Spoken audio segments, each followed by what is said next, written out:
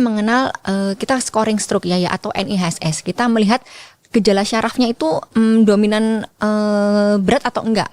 Semakin tinggi si skor NIHSS-nya itu, maka keberhasilan untuk setelah si periode emas kita masukin trombolisisnya itu, maka akan semakin kecil gitu ya. Tapi kalau semakin gejala syarafnya semakin dalam tanda ringan, biasanya keberhasilannya akan makin tinggi. Kalau dikatakan, kalau saya baca itu sekitar 50-80% keberhasilannya. Asal itu tadi dipengaruhi itu ya. Usia juga kadang-kadang mempengaruhi. Kalau muda makin usia, biasanya pembuluh darahnya tidak terlalu bagus, biasanya tidak terlalu baik. Tapi pengalaman aku sekitar setahun ini kan kita udah mengerjakan 2 tahun terakhir di rumah sakit itu, sekitar 10-20 itu rata-rata rasanya lebih dari 80% berhasil.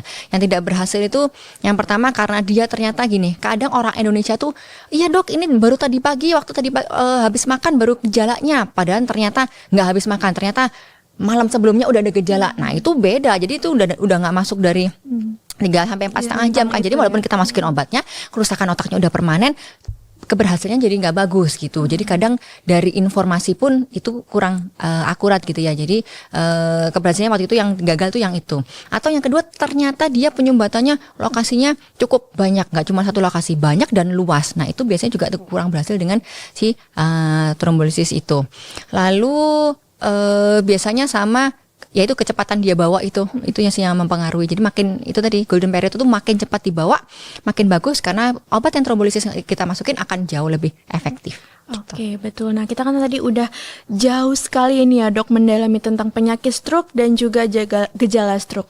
Oke, mungkin kalau misalkan kita dalami lagi nih, apakah stroke itu bisa dicegah dok? Terus lalu nih untuk aku mungkin yang masih muda atau juga sobat IPB di rumah itu, kira-kira apa yang bisa kita lakukan sejak muda untuk mencegahnya dok? Oke, tadi ya seperti tadi kita sampaikan kan ada faktor modifiable atau faktor yang bisa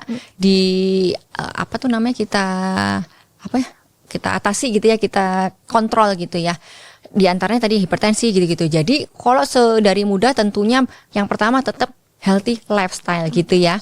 Jadi nomor 1 tuh walaupun dia genetiknya ada, usianya juga dia, kalau usia mungkin kita nggak memenuhi ya, genetiknya, terutama biasanya genetik ya, genetiknya ada, tapi kalau dia bisa mengkontrol untuk pola makannya, terus untuk olahraganya, untuk tidak merokok, untuk aktivitas fisik, untuk screening. Jadi gini, screening untuk penyakit-penyakit tertentu, terutama penyakit jantung itu perlu gitu ya. Jadi jangan sepelekan, ini kan kayak aku kadang-kadang berdebar nih kadang gitu ya, kadang kok kayak sesek, enggak, masih muda masa ya sakit jantung kayak gitu.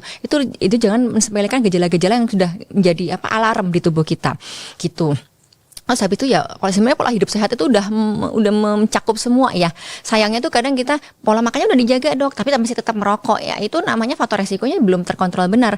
Kalau mau faktor resiko terkontrol semua, jadi nggak ada pilih-pilih. Yaudah aku mau yang ini aja dok, bisa olahraga aja tapi tetap boleh merokok, nggak ada. Jadi kalau namanya faktor resiko mengontrol, mencegah stroke itu adalah dengan mengkontrol semua faktor resikonya gitu. Yang bisa kita modifikasi, yang bisa kita kontrol tadi gitu. Oke, nah terakhir nih dok, buat teman-teman sobat IPB semua di rumah, kira-kira apa pesan dari dokter Yeni nih untuk sobat IPB agar lebih peduli dan juga waspada nih dok, khususnya terhadap stroke?